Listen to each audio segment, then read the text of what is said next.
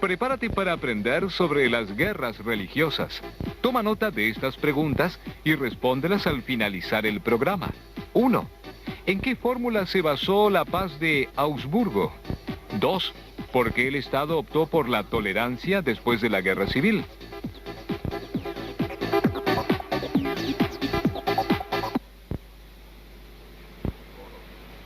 Coronet.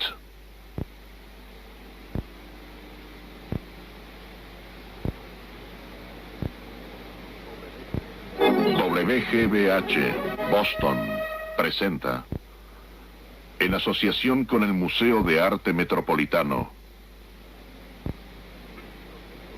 un proyecto de Annenberg CPB.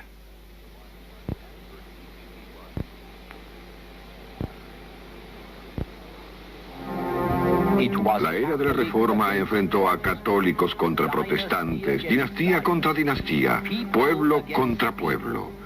Casi todas las potencias de Europa se trabaron en guerras civiles y guerras contra el exterior hasta lograr que los intereses estatales triunfaran por sobre los intereses de la fe.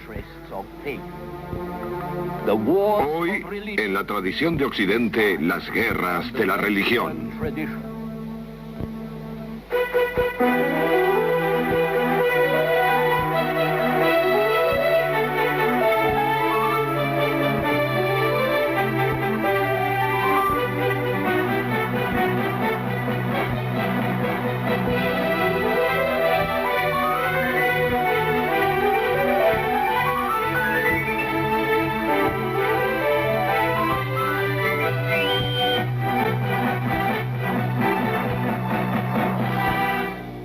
Tradición de Occidente.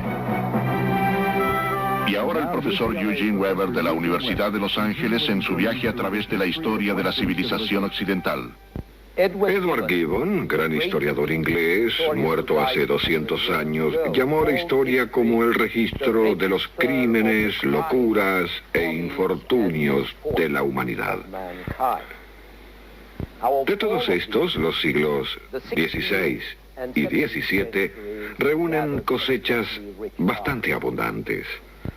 La Reforma protestante abrió una caja de Pandora de conflictos internacionales y civiles, denominados guerras de la religión, porque la religión era ya sea su causa o su excusa. En Europa Central y Europa del Norte, Inglaterra y Escocia, y en Francia, todos se trabaron en guerras uno contra otros, o si no, en guerras internas de protestantes contra católicos, católicos contra protestantes, y a veces protestantes contra protestantes y católicos contra católicos. Más allá del resultado religioso, sin embargo, había otros intereses. Las dinastías rivales, como aquellas que regían en Francia o en España, los órdenes sociales rivales, campesinos contra señores en Alemania, ciudades contra sus señores en los Países Bajos, príncipes contra emperadores en Alemania, nobles contra la corona en Inglaterra y en Francia. Pero estas luchas políticas eran más feroces porque la oposición de cada fe introdujo un factor de complicación. Pocos hombres podían ser más crueles que los mártires que habían escapado del hacha del verdugo. Alrededor de 1530, los cantores de Suiza se habían trabado en una sangrienta guerra civil y establecieron una división entre cantones protestantes y católicos que aún hoy persiste. En 1555, los estados germánicos finalizaron una generación entera de conflictos religiosos, firmando la paz de Augsburgo. Pero en Suiza, esto fue simplemente un acuerdo para diferir y localizar el conflicto lo más lejos posible. La paz de Augsburgo no duraría más que cualquiera otra paz. Mantuvo una especie de tregua durante medio siglo, pero es importante señalar la fórmula en la que se basó. Cuius regio aus religio. La religión del monarca será la religión de sus súbditos. Así que la unidad en la religión se había convertido en elemento de unidad del Estado. Todos los componentes de un Estado debían pertenecer a la misma iglesia o irse. Y esto reemplazó a la Iglesia Cristiana Universal de la Edad Media por un modelo de concordancia nacional y diversidad internacional.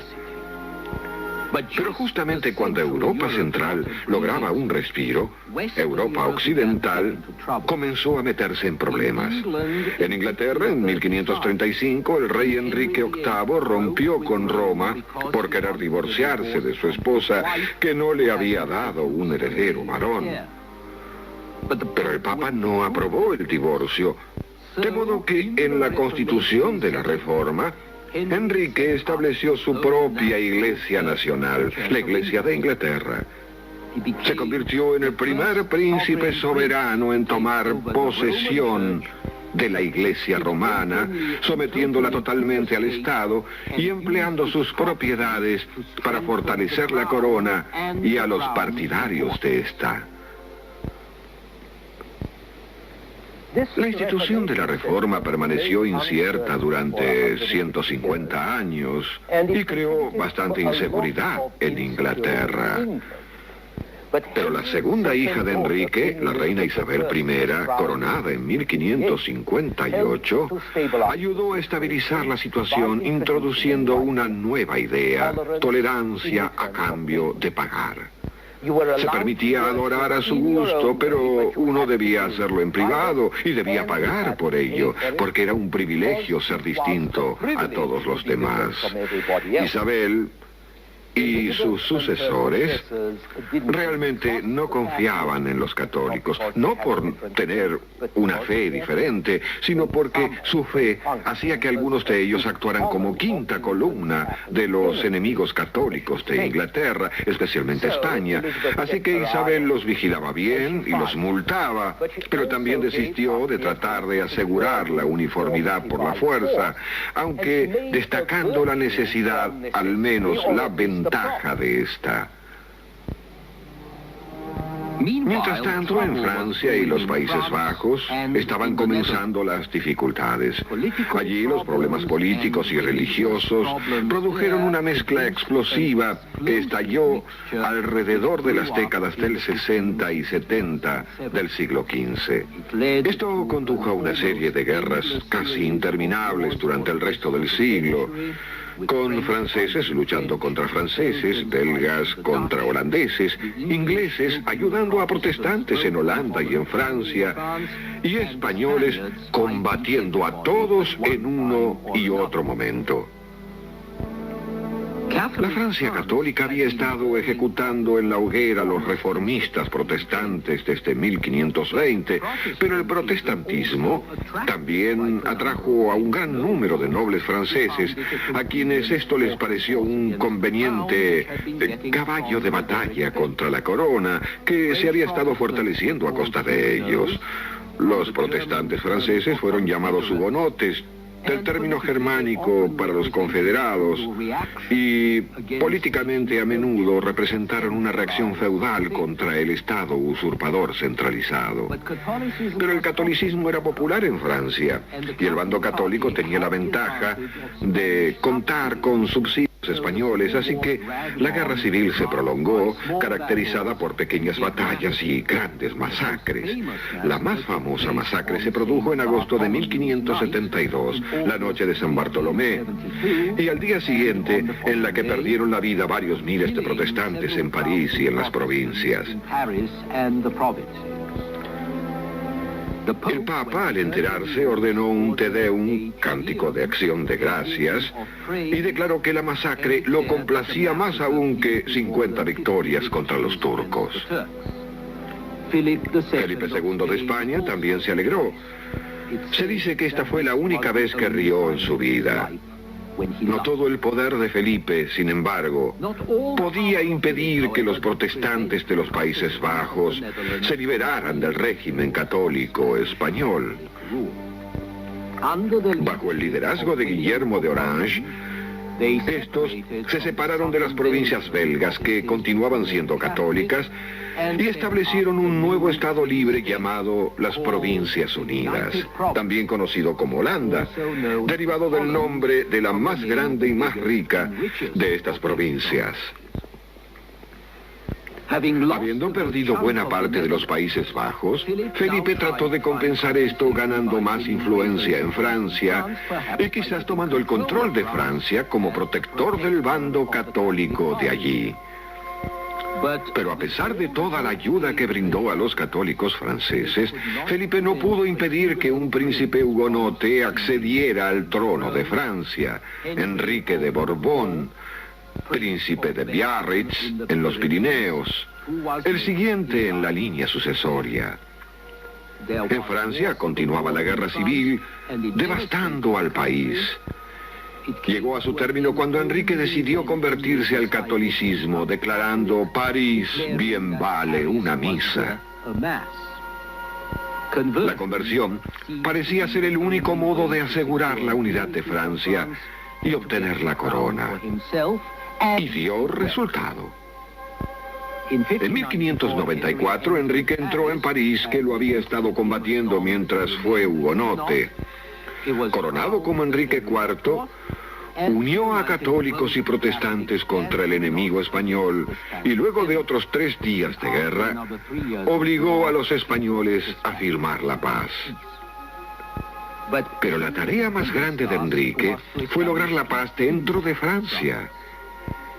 El mismo día en que se firmaba la paz con España, 2 de mayo de 1598, promulgó el famoso Edicto de Nantes, llamado así por la ciudad donde se firmó.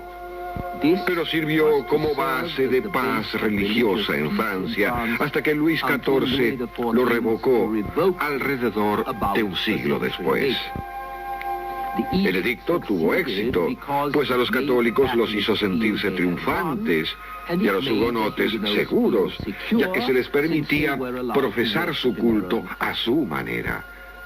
Y durante los siguientes 100 años, los hugonotes fueron una gran contribución en la economía, la política y la cultura de Francia.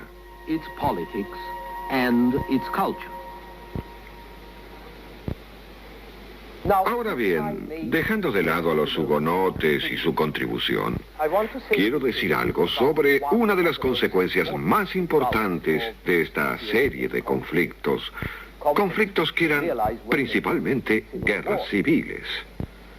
Había luchas en las que el disenso religioso amenazaba cada vez más con desgarrar un país, destruir la unidad política y social para salvaguardar la unidad y el credo religioso, minar el poder del Estado y la prosperidad de la sociedad por la gloria de Dios. Es lógico que hubiera una reacción por este desperdicio inútil, una reacción que se reflejó muy bien en la aparición de un punto de vista de un grupo de hombres conocidos como los políticos. Y los políticos es un término que se podría definir como hombres sagaces, prudentes, interesados en un gobierno que funcione. El nacimiento y la influencia de los políticos hacia fines del siglo XVI, fue en verdad el signo más notorio de estos tiempos. Gracias a los políticos, para mucha gente, la religión del Estado y el Estado como símbolo de orden y estabilidad comenzaron a parecer más importantes que la religión de la Iglesia, o podría decirse que la religión se volvió más individual, era más un asunto privado, mientras que el poder estatal secular civil tenía demandas más inmediatas, más apremiantes que las de la Iglesia. En la gran crisis de la Reforma, la gente religiosa había sentido que todo debía dar paso a los intereses de la religión. Pero ahora, los políticos sentían que todo debía dar paso a los intereses del Estado. Y el más importante de estos intereses, dado el terrible efecto causado por la guerra civil, era la unidad nacional. Y si era necesaria la tolerancia hacia otras religiones para mantener unido al pueblo, entonces, pues, muy bien, ellos serían tolerantes. Esto era algo nuevo. La verdad siempre había parecido indivisible. Uno no podía permitir que la falsedad existiera. No se podía ser neutral entre el bien y el mal. Martín Lutero no deseaba ni creía en la tolerancia. Juan Calvino jamás soñaba con ella. Uno era perseguidor o perseguido, y no había nada que agradara más a los perseguidos que convertirse en perseguidores. Pero para los políticos y los príncipes como Enrique IV, la tolerancia era un instrumento del Estado. Ellos no decían que la persecución fuese siempre un error. Simplemente decían que la tolerancia estaba siempre bien. Su actitud era, veamos si funciona. Después de todo, no era cuestión de quiénes, si los franceses protestantes o católicos tenían fuerza suficiente como para dominar al otro. Así que había una evolución gradual en el criterio de que no se puede identificar a la lealtad con la ortodoxia, de que en la Francia católica un hombre podía ser protestante y también ser un buen ciudadano francés. Una actitud similar se produjo en la Inglaterra protestante, donde la reina Isabel y sus ministros tenían mucho más interés en el bienestar del pueblo que en el idioma en el que oirían los servicios religiosos. Hubo persecuciones a los católicos en Inglaterra, pero no porque fuesen católicos, sino porque querían debilitar el poder de la reina y la constitución del país. Un católico podía ser católico mientras se quedara en su casa y no conspirara contra la reina. En otras palabras, respetando el edicto de Nantes. Esto era muy moderno en contraste con la Inquisición española, que se había establecido un siglo antes, en 1479. La Inquisición no solo quería librarse del hereje por ser un peligro para la sociedad, estaba interesada además en su alma. Aunque tuviese que torturarlo por su salvación, haría cuanto pudiera por salvarlo, aún en contra de su voluntad. A los políticos, en cambio, no les importaba el alma del hombre, solo les importaba el grado de poder o incomodidad que representaba, y estaban dispuestos a ponerse de acuerdo siempre que pudiesen obtener resultados prácticos, es decir, la unidad, estabilidad, seguridad estatal. Y para fomentar estos intereses, estaban dispuestos a ignorar los intereses u órdenes de la Iglesia, de cualquier iglesia. Dispuestos a ignorar a la Iglesia por el bien de la nación. De modo que las guerras de religión, paradójicamente, condujeron a una disminución en la importancia de la religión. Esta se convirtió en un sector de la vida, en un asunto privado, no de inmediato, sino gradualmente.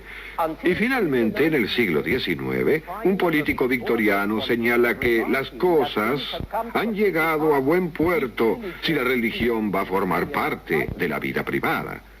Y esta es una idea que ningún hombre medieval podría haber abrigado o comprendido.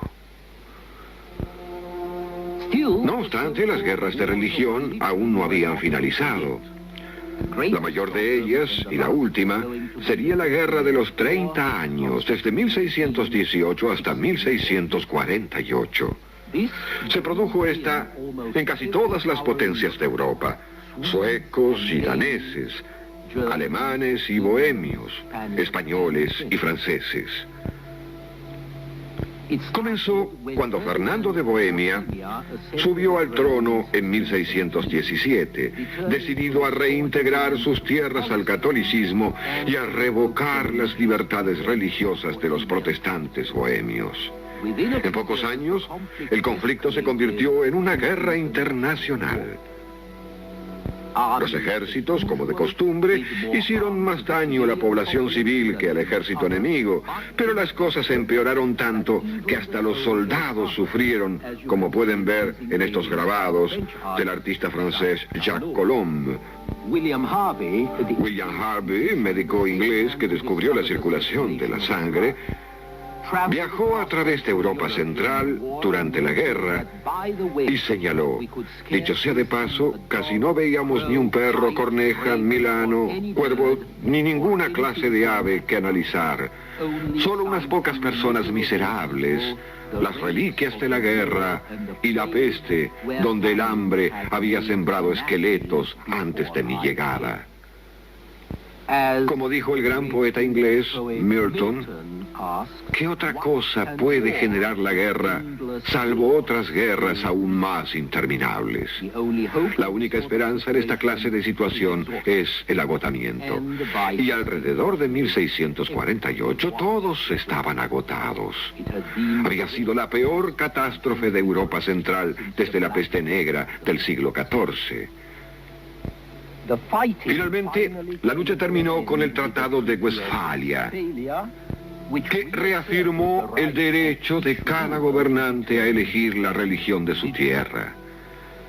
Confirmó la soberanía territorial de los numerosos principados de Alemania, que serviría para perpetuar la división germánica y su debilidad política. Confirmó la posición de Francia como gran potencia europea y confirmó la decadencia de España. Pero el tratado también puso en claro la importancia de la religión. Aunque la guerra de los 30 años comenzó con los católicos contra los protestantes, finalizó con dos contendientes principales, ambos católicos, Francia y España. Los católicos habían luchado contra los católicos y los protestantes contra los protestantes por intereses nacionales o dinásticos. Así que la última guerra de religión fue también la primera, por último, en ignorar la religión. La lucha, la miseria, el sufrimiento habían aletargado las sensibilidades religiosas. Y además, después de 1648, las posiciones católicas y protestantes estaban mucho más estabilizadas de todos modos. Si observamos el mapa, podemos ver una curiosa coincidencia. En general, el territorio del antiguo Imperio Romano permaneció católico romano. Las tierras bárbaras, más allá de la frontera de Roma, son protestantes, lo cual sugiere cuán profundamente pueden influir algunas estructuras en la cultura durante siglos. Este patrón tiene excepciones, por supuesto, pero las líneas generales son claras. Igualmente claro para los contemporáneos fue el hecho de que la gran masa de personas eventualmente aceptaría lo que les dieran o impusieran sus gobernantes, inclusive la religión. Podrían rebelarse por momentos, pero frecuentemente lo hacían por el pan o los impuestos, no por principios de mayor peso. La realidad material y su precaria existencia pesaba demasiado sobre ellos. Sus horizontes eran estrechos, su sumisión tradicional. Y esto jugaba a favor de la autoridad establecida, cualquiera fuese su credo o su color político. La gente estaba allí para ser usada y manipulada por una diminuta clase política, y así continuaría durante mucho, mucho tiempo. En otro programa veremos la evolución de la autoridad establecida hacia las monarquías absolutas del siglo XVII. Pero aún mientras los estados dinásticos empezaban a ser propios, una gran novedad estaba tomando forma: el patriotismo republicano de las Provincias Unidas de Holanda, que habían expulsado al régimen español. Desde entonces el patriotismo no tuvo que identificarse con una dinastía. Podía identificarse con una libre comunidad que se describía como una república, que literalmente significa cosa común o bien común, o como dicen los ingleses, el Commonwealth. Los holandeses establecieron el primer Commonwealth moderno en el siglo XVI y los ingleses trataron de imitarlos en el XVII. Estos frágiles modelos fundados sobre el ideal de la libertad ciudadana y la riqueza ciudadana o buena existencia eran particularmente importantes para la tradición occidental porque vaticinaron las repúblicas de los siglos XVIII y XIX, incluyendo nuestra propia república. Igualmente significativo fue su crecimiento fuera de las ciudades y en sus alrededores, directos sucesores de los estados urbanos medievales y centros de una nueva y vital actividad económica. La próxima vez veremos este fenómeno más de cerca, ya que si bien las guerras y la política tienen su importancia, también actúan fuerzas menos obvias que influyen en el resultado de las guerras y en la forma en que vive la mayoría de la gente. Y son las fuerzas económicas, cuya base en el mundo moderno se halla en la sociedad urbana, como veremos en nuestro próximo programa, cuando abandonemos la senda de los ejércitos y de los príncipes y sigamos en cambio la senda del dinero.